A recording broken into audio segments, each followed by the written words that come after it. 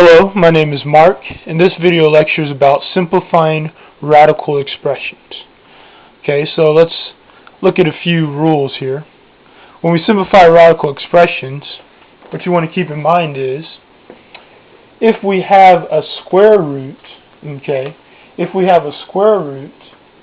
then what we do is we look for what? We look for perfect squares. If we have a cube root, then we look for perfect cubes, such and so forth. So let's look at this first one, the square root of 48. So if you think about it, 48 can be written as the square root of 16 times 3. Let me use a different color.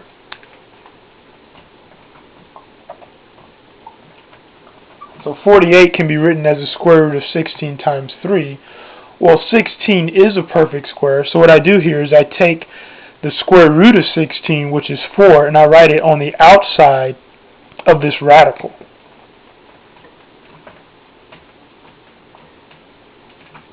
And because 3 is not a perfect square, that stays on the inside. Let's look at the next one.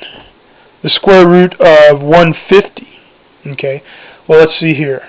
If I think about it, 150 can be written as 25 times 6.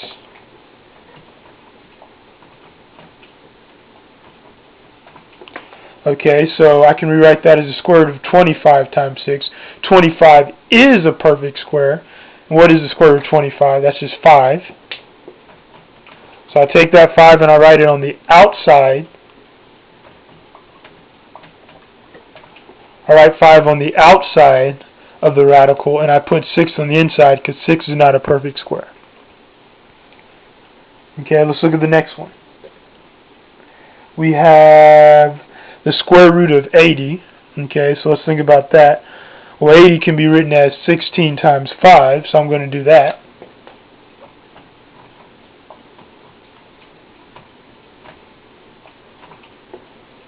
So square root of 8 is the same as the square root of 16 times 5. Well, 16 is a perfect square, so I'm going to take the square root of 16. What's the square root of 16? 4. So I'm going to write 4 on the outside of the radical.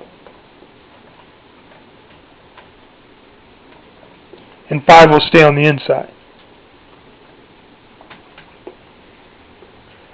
Let's look at the next one.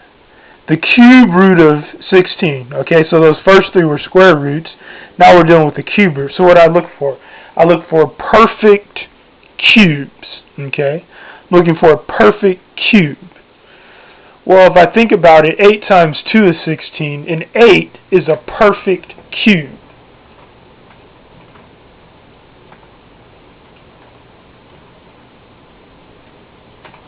So I'm rewriting that as the product of the cube root times the cube root of 8 times 2. Well, what number can I cube to get 8? Well, 2. So since 8 is a perfect cube and 2 cube equals 8, I'm going to write that cube on the outside of the cube root.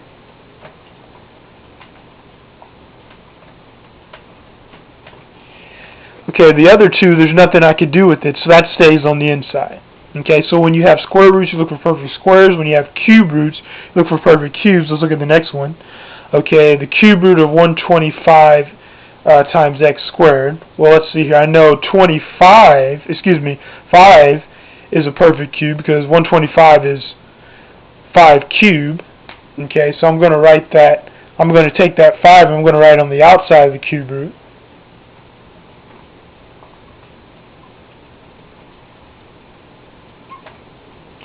And x squared stays on the inside because there's nothing I can do with that. X squared is not a perfect cube. So the reason why I can take 5 out is because 5 cubed equals 125. And whenever I have a perfect cube, I can take it out and write it on the outside. I multiply by whatever's on the outside of that cube root. So this has been my video lecture about simplifying radical expressions. You can look me up on the web, www.supergenius99.com. Thank you for listening.